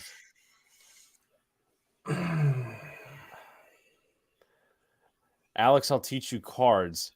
It was of course it was a course in my journey for a PhD in understanding. It's not cheap. That's not a cheap course. Yeah, how much are you charging, John? Well, how about this? How much did the course charge you, and how much are you charging? Yeah. Ron Artest had a fight in the stands. Yeah, the malice at the palace. Malice at the palace. I like to play Uno in Phase 10 and skip bow card games. Okay. What's the one? Is it called Fraggle? It's like some stupid name like Fraggle, but it's a dice game. I'm gonna look it up. Farkle. It's called Farkle. You ever played Farkle? Never heard of it. Okay. Let me know in the chat if you guys have ever heard of Farkle. Farkle. It sounds like fartkle. Let's see. Shit, wrong page.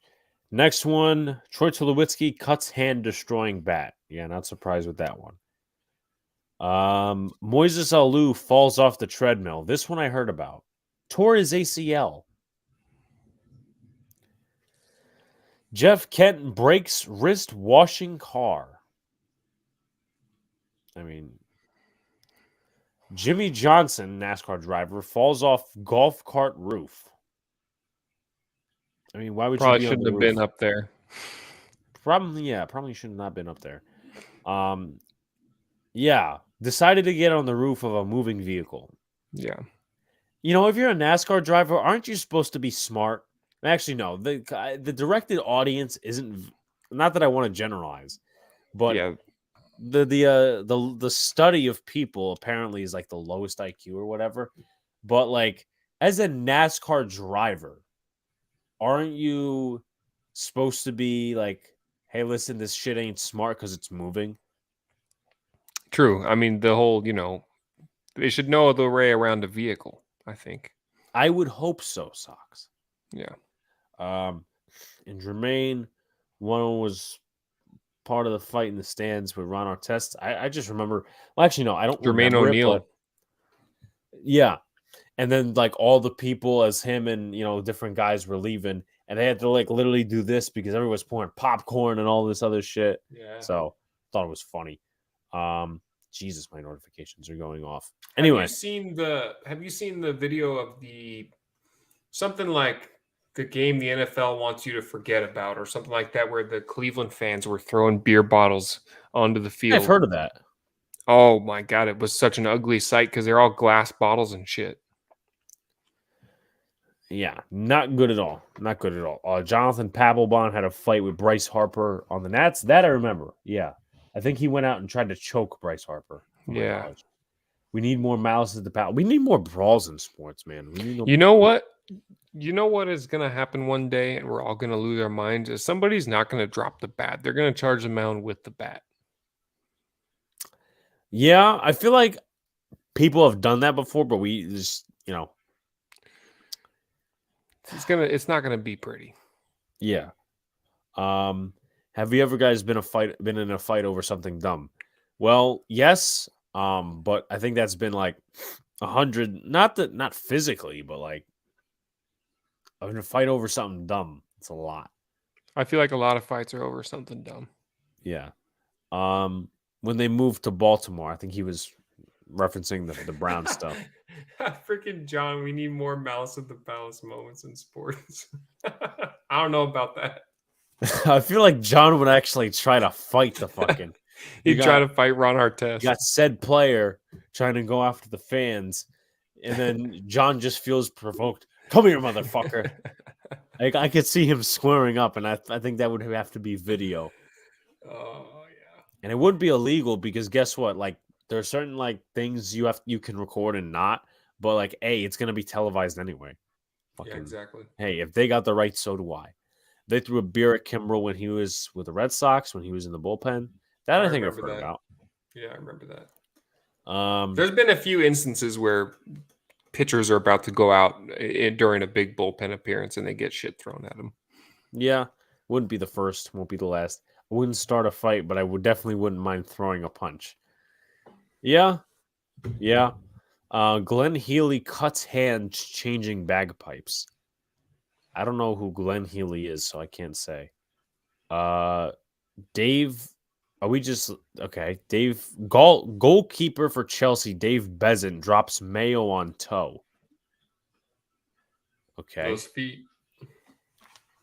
again, people getting injured with their legs and their toes. It's not a good route. I mean, I've never broken anything in my life, thank for God. I haven't Um, either. let's see. I believe something was up early in the morning. Classic Champions Japan today. Yeah. Well, I mean, it's a different time zone, so they play it like between 2 and 6. Healy was a hockey player. Forgot all about that moment. Let's see. What was the weirdest thing you've done over sports? What do you mean by that? Like the weirdest thing we've done playing a game? Well, Or one of the just like weirdest. in reaction to sports. Oh, well, I mean,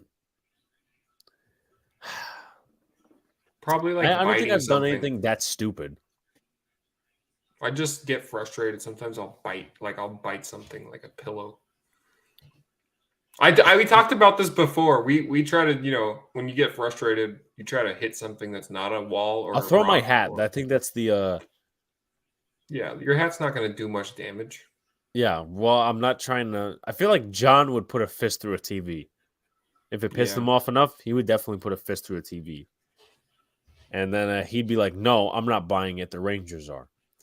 Benji says, "Who do you think wins the World Baseball Classic?" I think this is the Dominican Republic. If they're not eliminated already, I haven't done much, keeping up with that.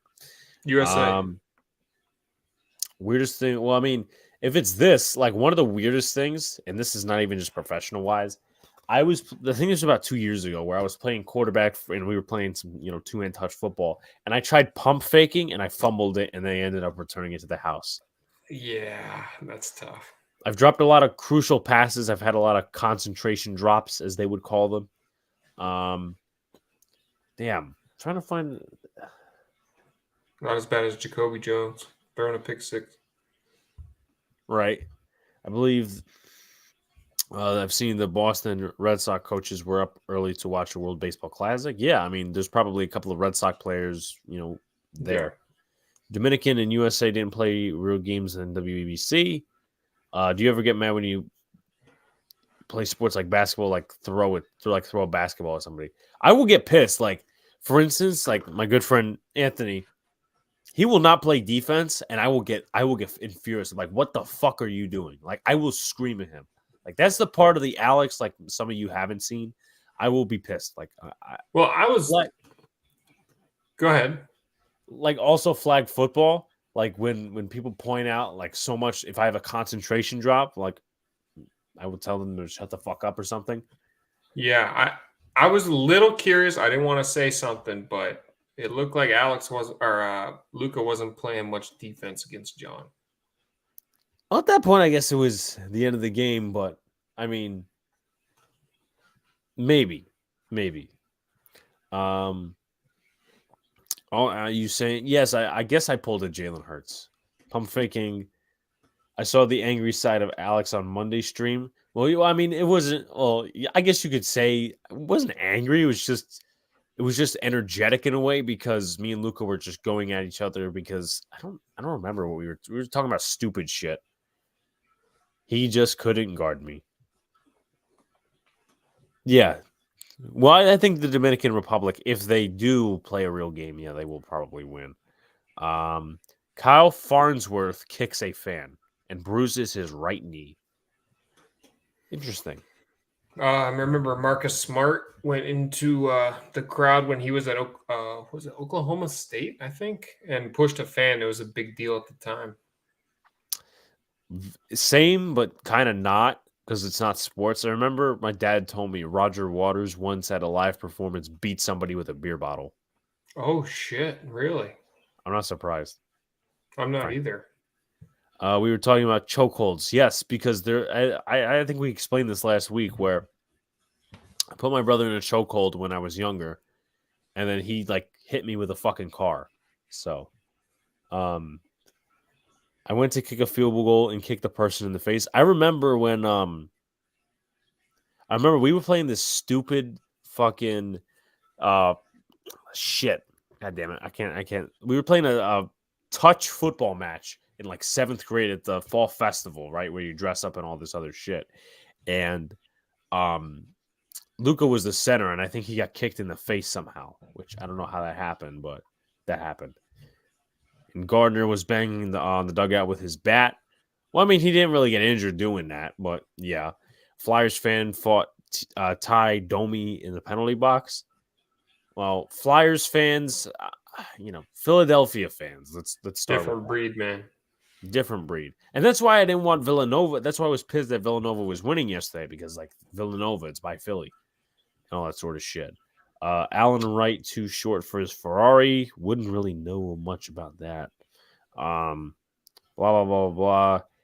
He bought a $200,000 car and traded it in because he was straining his knee every time he hit the gas pedal at 5'4". That's tough. Brian Grease tripped by a dog. Oh, Brian Greasy. Yes. Let's see. I don't see the injury, but yeah. So he injured his ankle. Okay. Oliver Perez kicks laundry. What? Kicks laundry. He kicked the laundry cart, which broke his toe in the process. Notice how many toes we're dealing with here. This is everybody's got to like back off of the lower body. Everyone's got to back off. When Boone said we're savages in the box and bumped heads with the umpire, I don't think he bumped his head, but that was awesome. That I tell you what, that's one of my favorite mic'd up moments. I mean it is, but it didn't prove to be anything since True. Because of how much of a wuss he is. They were playing well at that point, though. I feel like they were being fucking savages in the box at that point. That was probably the farthest they got with Boone that year, which was 2019, in the ALCS and actually winning games. Is there any kind of ride you're scared to go on at all? Most favorite ride you like to go on? Well, I like to go on the Cyclone, but I'm also not a big rides person. I'll go on anything. There's a roller coaster at Cedar Point called the Top Thrill Dragster. It's in Ohio. It's one of the most, I think it's the fastest roller coaster in the United States. I'm talking like 140 miles an hour, over 400 feet in the air. It's exhilarating. No, never. Lionel Simmons plays too much Game Boy. Okay, blah blah blah. Fell in love with the device, and he played it so much he developed tendonitis in his left wrist and forearm and missed a few games. David Price did that when he was with the Red Sox when Fortnite first started. David Price just fell off. He was Gary Sanchez's son for a little bit. Chapman getting a tattoo. Thank you, Benji. That was one of the stupid. That was what, last year? Got a tattoo, got infected like a fucking idiot. Yeah. Sounds like a good time. Referring to that one comment. Joel Zumaya hurts wrist playing Guitar Hero. I've done that. 3 games of the ALCS. Ooh, bad time to be playing Guitar Hero. Yeah. During Boston's More Than a Feeling. I mean, that's a good song, but they actually said what song it got hurt during? Yeah. That's awesome. That is hilarious. That is the funniest thing I've heard today, actually. That's what we're doing, John. We're not making fun of the players getting hurt. We're just, it's a stupid how it's an article for a reason. Yeah. I mean, sue me. Alex shits himself again on the Ferris wheel. I mean, the Wonder Wheel counts as a Ferris wheel, and that's one of my favorites. So, Eaton cuts himself trying to open a DVD. Adam Eaton, pitcher, not the outfielder, decided to open a DVD with a fucking knife. It's because, and when was this? Does it say when? No. Okay. Well, he was playing what, early 2000s, mid? I would guess so by the picture. Okay, so these goddamn DVDs back then, and they don't do this anymore, which people don't even use DVDs anymore. which is crazy. Yeah. But there was a time when, DVDs were big in the mid 2000s, whatever it was, early 2000s, and the goddamn stickers on those DVDs were so thick you could not cut them. I guarantee that's what Adam Eaton, was doing. There was one sticker on the bottom that was impossible to peel off, and I remember going to my dad asking him to open them because I could not get it off. Well, I know we were talking about Blockbuster. Yeah, that's an ancient concept to the new generation. I never really got to experience it though, to be honest. I did. I caught the last half of it. All right.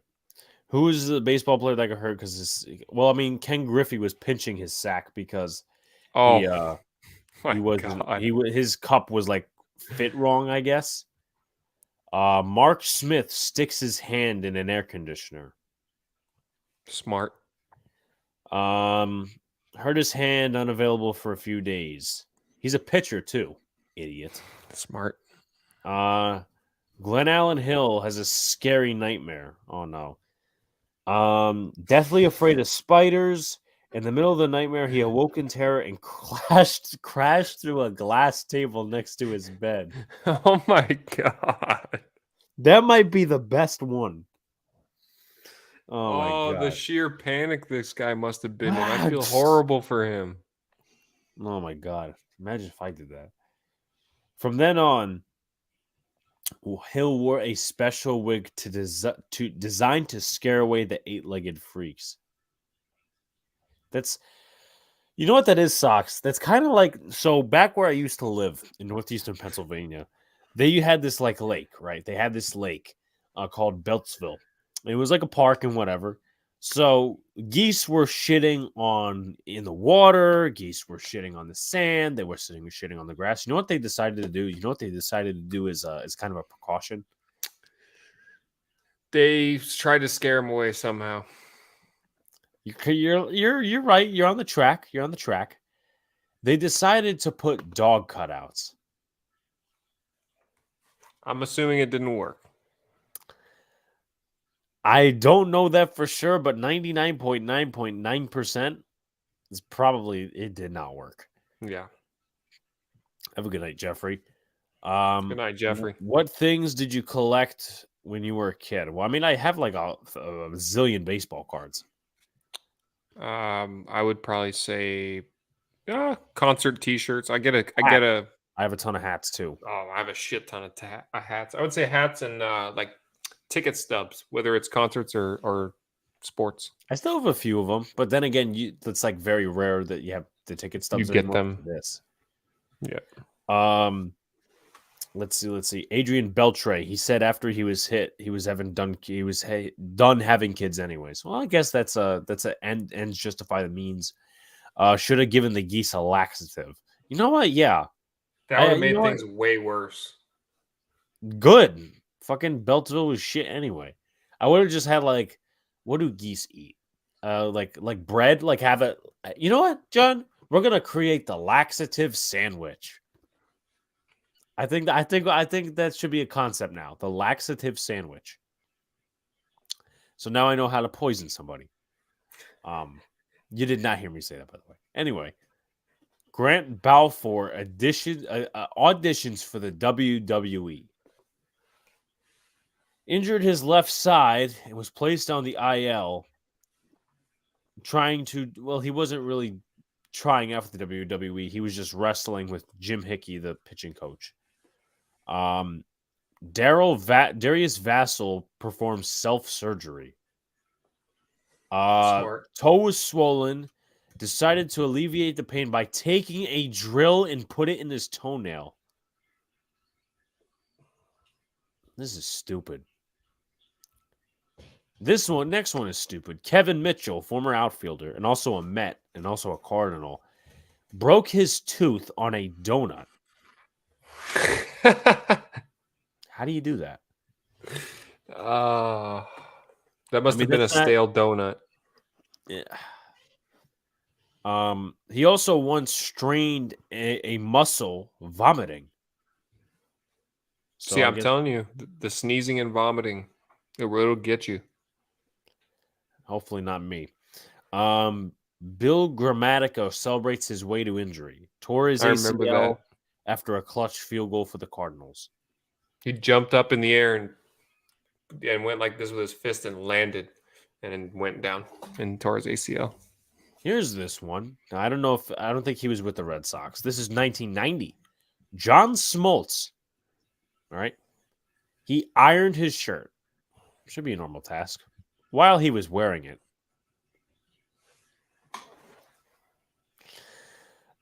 I mean, like, what do you expect? He has since denied these rumors. Well, I mean, if you are stupid, you kind of don't want to admit it. It's awful. That's horrible. Marty Cordova burns himself while tanning. Interesting. Did he fall He asleep? arrived at the ballpark the same skin as the O's uniforms. Yeah. Whatever. Okay. He must have fallen asleep. Yeah. He probably you ever seen that Family Guy episode where Stewie goes to tan and he's in for too long? Yeah. I think that's exactly what it is. Chris Hansen chops his own foot with an axe. Oh, Why would you do such a thing? I'm sure he didn't do it on purpose. Hopefully not. And he was a punter. So, in 2003, Jack Del Rio decided to put in a couple of motivational techniques. The head coach placed a stump and an axe in the team's locker room, a symbol for his team to keep chopping wood. The players bought into the metaphor, and took turns hacking at the stump with an axe. Everything was fine until Chris Hansen had his turn and grabbed the axe, took a mighty swing, brought the axe down directly onto his left foot. It was his non-kicking foot, but he was out a month. So, next one. Steve Sparks tries to rip a phone book in half. Dislocated shoulder. And he was a knuckleball pitcher. Yeah. We talked about Gus Farrote. Brian Anderson. Oh, no. Irons his own face. How do you do that? Let's see. Blah, blah, blah, blah. Anderson. Let's see. One way, there are a few ways to test the temperature of an iron. One way is to put it, blah, blah, blah. He decided one day to come up with a method of his own, took the iron and pressed it up to his jaw, burned his face, and was forced to explain it to the reporters. And he is no stranger to dumb injuries, as he once missed a start, developing elbow stiffness from leaving his arm across the back seat of a taxi for 20 minutes. This is quite stupid. Wow. Why? Why? That's the question we all have. This, if you were to post a single fucking reply to any of these injuries, right? You go down in the comments and Bleacher Report. Why? That reminds me of I forget his name, former guitar player for a great band called Chicago. And they were at a party one time and he was fucking around with a gun and thought it was unloaded and shot himself right in the head. Was he under the influence? I'm assuming, yes. Did he die? He did die. Okay. Yeah, the Chris Hansen dude, not the dude that rips pedophiles and investigates them. I'm a big fan of that show, just saying. I don't know how people feel about it, but... Well, I don't know. I mean, I never watched the show, but I'm always familiar. Take a seat right away. And then I think, if I'm not mistaken, the one dude killed himself. Yeah, there was I think it was a former police officer that when he got caught, he shot himself in the head, and then the rest of the show didn't continue. But I'm a big fan of what they're doing, man, catching scumbags. Yeah, it was the Jaguars for Chris Hansen. So didn't really get to finish on this earlier, but I could finish on it now. And we could start closing out. Projected winners for battle roles. I think Aaron Hicks takes the left field job for the Yankees. I think it's his at this point, whether Bader gets injured or not. You really have no competition. I mean, you kind of do, but you kind of don't. Willie Calhoun, I mean, he's been doing great this spring training. But I think he's going to end up as a backup outfielder, utility outfielder, whatever you want to call it. Let's see. Yeah, did he play today? I want to say he did. Yeah, 421 batting average, 0 for 3 today though. So I think Hicks takes that role, though. I think Calhoun could take the backup outfielder role, take it away from Estevan Florial, maybe Rafael Ortega, but he kind of fucked himself last Saturday. As for shortstop, I do think the Yankees will make the right decision and go with Oswald Peraza. I mean, he hasn't been great hitting wise, but defense is always there. I think they're going to let Volpe take the reins in AAA a bit before making him ready. So there's that. IKF, I think he's going to take a utility role in the infield. I mean, there's a lot of infielders, the log jam. And one of the things we'll talk about, within the few weeks is, will the Yankees trade one of their infielders to go get starting pitching, which they should, but I don't think they will. IKF, I think, takes one of the infield roles. As far as starting pitchers, Domingo Germán and Clark Schmidt, and then you sign guys like Luis Hill, probably down to the minors to rehab a little bit. I haven't seen him recently, so I don't think he's ready yet to come back from injury and all that sort of stuff. And let me think about it. Second base, I mean, they're probably going to platoon DJ LeMahieu. Not that I like it. And leave Gleyber Torres at second, and then first, and all that other stuff. And then backup catcher, I think, even though we haven't seen a lot of Higgy, and they have yet to play real games in the World Baseball Classic, I think he'll be there. So, and then your starting rotation will probably add something along the lines of Cole, Sevy, Cortez, and then Schmidt, and then Schmidt and Germán. So that If you had to put the over-under, if you were a betting man and the over-under was games IKF plays at catcher for the New York Yankees, and the number was 1, what would you take? We do have some catcher injuries. Austin Wells is out a few weeks. Josh Bro's out a few weeks. They're not going to be getting any more reps in spring training.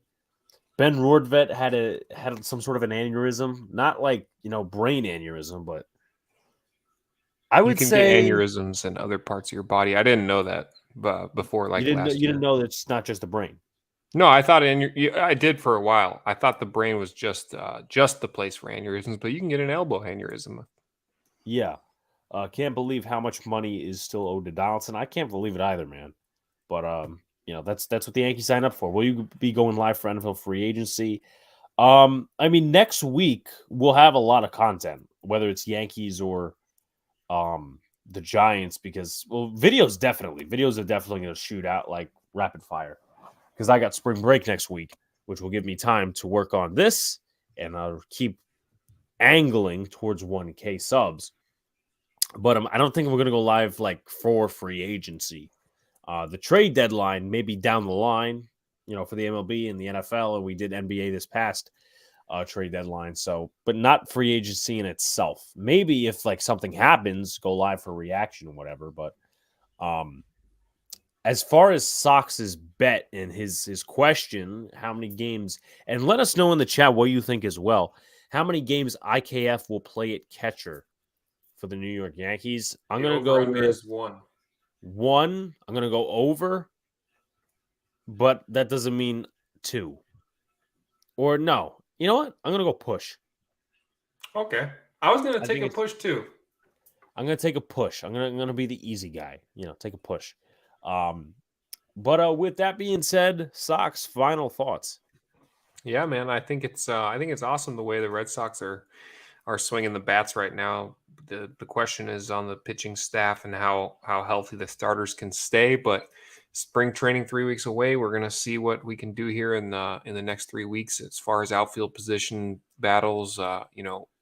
Infield's pretty set with Casas making his name felt here, especially after Cora made it clear he wasn't a problem child in the locker room like everybody else was saying. I'm excited to see what he's got at first. I think Verdugo needs a big year, and obviously Sale. So those are my 3 big names to watch right now. And yeah, subscribe to the channel, both channels, Big Blue in the Bronx, close to 1,000. Head over to Big B Reactions and all the channels in the description. Appreciate you guys joining us, man. And shoot it on over to Alex. Right. Another awesome show. Impromptu as well, because we went into stupid sports injuries, but it's all for the fun. It's all for the games and all that. Tomorrow night is Friday Night Knicks here on Big Blue in the Bronx. It'll be Donald. It'll be Luca talking the New York Knicks. I feel like they're in Sacramento either tonight or tomorrow, so that's going to be fun. Saturday at 8:30, we got the Giants offseason live stream talking Daniel Jones, Saquon Barkley, free agents, NFL draft. With Christy Entertainer, we'll be talking, with Diggy. We'll be talking with Nate Talks Football. Sunday is going to be the call-in show. Monday is going to be Boys in the Big Apple, as we got Sox with the basketball. I need to get one of my own. I just got this. Basketballs are great, man. Is it good? It's great. Get the Wilson, whatever this is. Wilson NCAA Encore. Okay. Indoor and outdoor. Okay. I will remember that. Yankees have too many infielders problem. We got to make room for the young guns. I definitely agree with the Squirtle Taco. But Monday, Boys, the Big Apple. And the next week, we'll probably do some Yankee streams and, probably some content related to free agency. But stick it around. We are 56 subs away from the 1K mark. We're trying to hit that by March 30th, which is 3 weeks from today. So 21 days. We got 56 subs to go. It's a little bit over 2 subs a day. Share out, do all the good stuff. We appreciate you guys' ongoing support. Shouts to Armand in the chat. What's going on, Armand? Yeah, I'll definitely look into the free agency frenzy, at least on the NFL Network. But appreciate you guys. We'll see you next time. Peace.